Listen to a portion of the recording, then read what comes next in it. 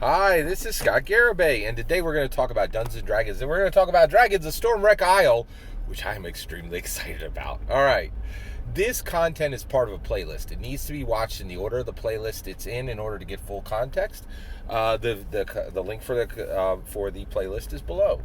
All right, in my humble opinion, Dragons of Stormwreck Isle contains a secret adventure, which I am titling for my own purposes, because I intend to excavate, interpret, sequence, and then execute this secret adventure that's been put into Dragons of Stormwreck Isle, in my humble opinion. So I think there's a secret adventure that has specifically been put there for Legacy Dungeon Masters in Dragons of Stormwreck Isle. Okay, I also believe that there are 9 Dosi artifacts. Okay, in my humble opinion, there are 9 Dosi artifacts. Dosi, Dragons of Stormwreck Isle. Okay, artifact, an image specifically put into Dragons of Stormwreck Isle in the rule book and in the adventure book that depict what Wizards of the Coast says are not the Dungeons and Dragons Saturday morning cartoon characters. I believe 100% they are the Dungeons and Dragons 1980 Saturday morning cartoon, because there's one piece of evidence that they're not, which is Wizards of the Coast said they're not, and there are 101 pieces of evidence that they absolutely are the D&D 1980 Saturday morning cartoons. And also, I just want to encourage you as Americans, do not get in the habit of ignoring what your eyes show you. And it is shockingly clear that, in my humble opinion, that these are 100% undeniably the 1980s cartoon characters, right? And by the way, Dungeons & Dragons 5th edition has a long and storied history of interacting with the Dungeons & Dragons 1980 cartoon characters. They streamed the entire thing on Twitch when they celebrated releasing a Dungeons & Dragons Saturday morning cartoon character set for Magic the Gathering, which I own and which I watched. I watched the entire D&D Saturday morning cartoons. The idea that they're like disconnected from this content is literally ludicrous from historical fact, right? Like you'd have to ignore like just shocking amounts of evidence to think these were not the 1980s Dungeons and Dragons cartoons, which there's one of my favorite West Coast grognards is very, very used to ignoring shocking amounts of evidence and embracing shocking ignorance. All right, okay, so here we go. Okay, so let's talk about this. All right, so let's talk about the Dosi artifacts, okay? So the Dosi artifacts are these images that are in the the Dungeons and Dragons of Stormwreck Isle rule book and in the Dungeons and Dragons of Stormwreck Isle adventure book. And the sequencing, the rule book before the adventure book is important. You read the rules because you can't really understand the adventures until you've read the rules. So you read the rules first, then you read the adventures first. That means that the four images that are in the rule book are first, okay? And then the 5 images that come from the adventure are second, okay? So we have 9 Dosi artifacts, 9 coded images, in my humble opinion, which are carrying immense amount of information to any legacy dungeon master who has the courage and the intellectual wherewithal, and just the general cool spirit to decipher the code that's been left, in my humble opinion, in Dragons of Stormwreck Isle. Okay? Now, I also want to make this clear. I am very interested in the Muggle adventure. I've read it, right? And I have like a whole bunch of processing I need to do for the Muggle adventure and put that together in place, right? But I can't. Since there's never been a secret adventure put into a Dungeons & Dragons product, Dungeons & Dragons 5th edition product, Dungeons & Dragons 1E, there was a secret message in that, in my humble opinion, in literally every single product, right? But there isn't a history of Dungeons & Dragons 5th edition doing secret adventures doing one adventure that contains that contains a Muggle adventure, like, oh hey, hi, I'm brand new to Dungeons and Dragons. I just walked in here to Target and bought it because I watched Stranger Things 4. Ooh, can I buy that, please? Just like a complete noob, right? That's the Muggle adventure here, right? And I am very interested in it, and I want to process it.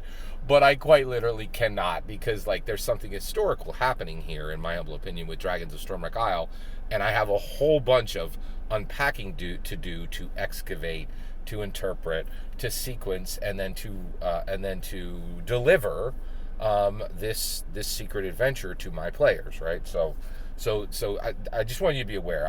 I'm not trying to be dismissive of the Muggle adventure.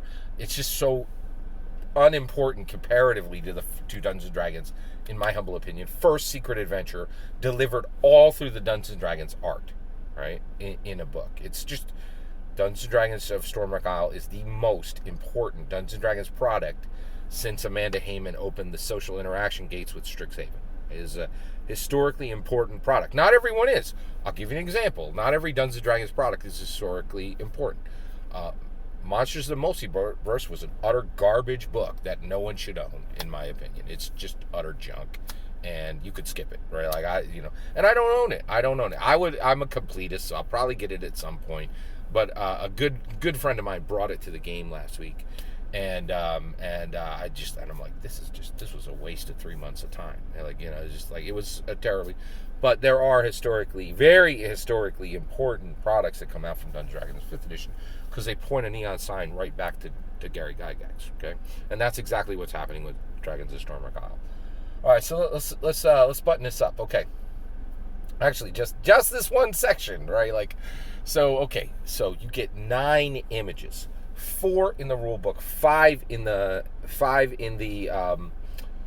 adventure book, okay? That all depict, in my humble opinion, the D&D 1980 Saturday morning cartoon characters, and actually depicts specifically 4 of them and leaves out 3 of them, okay?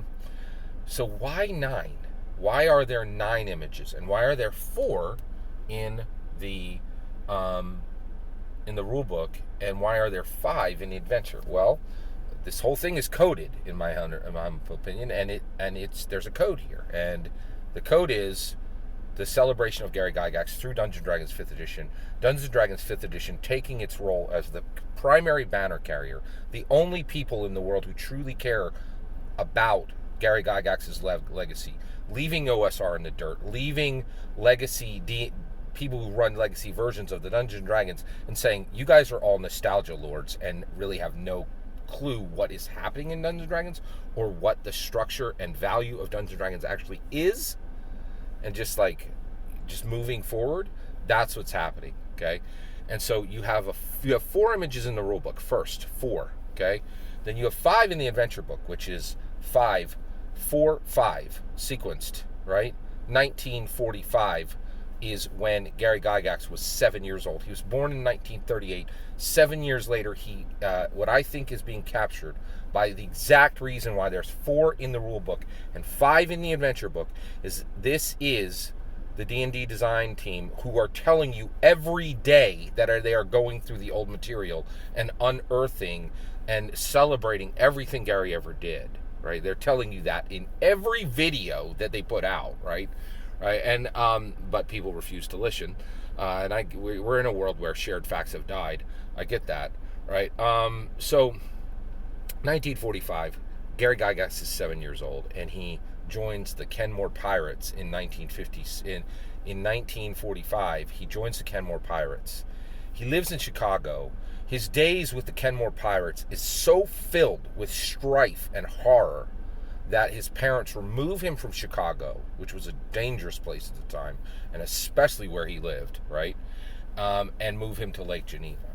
So what you're really seeing is the structure, the 4 in the rules, the 5 in the adventure, the Dozy artifacts, is pointing back to 1945 with Gary Gygax, when he went from a time of incredible strife to a time of peace, which perfectly matches, right, what the Dungeons Dragons of Stormwreck Isle shows this incredible time of strife and horror, right? Where Runara slays Runara's prey, a blue adult dragon. And we're going to talk about that blue adult dragon in more detail in the future. Slays him, kills him, and realizes her own, the violence in her heart can no longer be contained, and moves into an era of peace and creates Dragon's Rest, which is a perfect depiction of exactly what happened to Gary Gygax in 1945, right? So it is a celebration and understanding, a depiction of Gary's youth. That's what you're seeing in Dungeons & Dragons and Stormwreck Isle, in my humble opinion. All that's my humble opinion. I'd love to hear yours. Let me know in the comments below. Please consider liking and subscribing. Have a wonderful millennium.